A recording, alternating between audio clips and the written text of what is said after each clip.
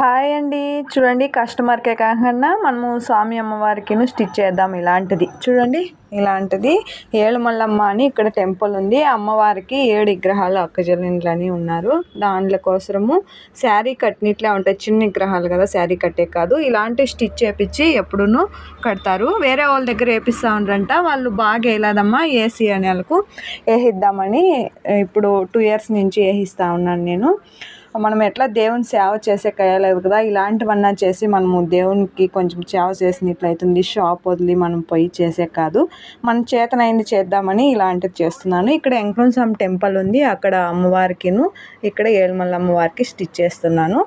ఇప్పుడు దసరా టైంలో ఒక తూరి అలా 4-5 జతలు వేయిస్తాను. ఇప్పుడు ఊరు పండుగ వస్తుంది, ఊరు పండుగకి వేసేదానికని ఇలా స్టిచ్ చేయిస్తున్నాను. ఇప్పుడు ఇక్కడ ఊరు పండుగ జరుగుతుంది, పల్లకీలు తిరుగుతాయి. పల్లకి వీడియోస్ పెడతాను చూడండి. దేవుని దర్శనం చేసుకున్నాం.